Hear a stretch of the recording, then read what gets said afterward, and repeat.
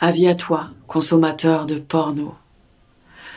Ce qui suit, c'est l'hétéroanalyse, sans théorie expertisée, juste la pensée décortiquée de mon histoire un peu à part pour tenter d'ébranler un bout d'emprise d'un empire colossal.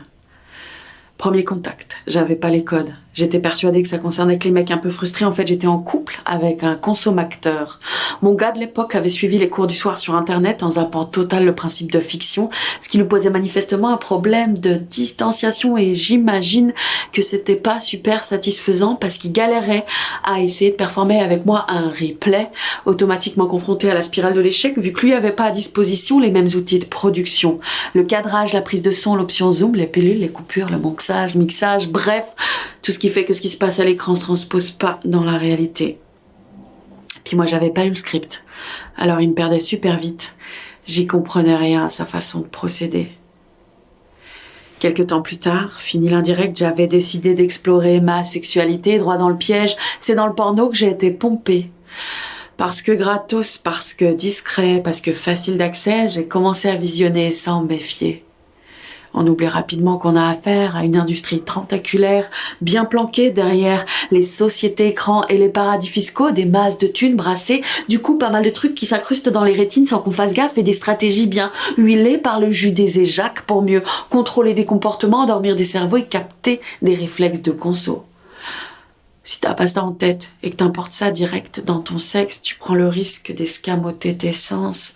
Le truc, c'est que tu t'en rends pas forcément compte. Tout ça, moi, ça m'excitait. Le marketing fonctionnait. Je me voyais comme une meuf libérée. Et quand j'y pense, fallait vraiment avoir les yeux fermés pour pas se rendre compte que je baisais compulsif.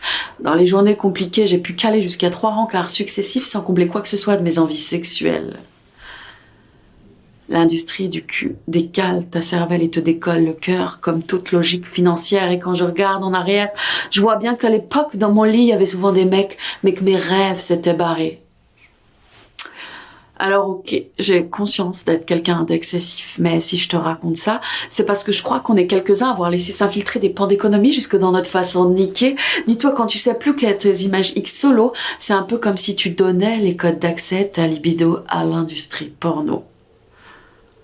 Aujourd'hui, je réapprends à désirer pour sûr, ça me fait du taf, mais je souhaite à tout être humain concerné d'arriver à décrocher juste parce que ça fait tellement de bien de récupérer quelques doigts de liberté.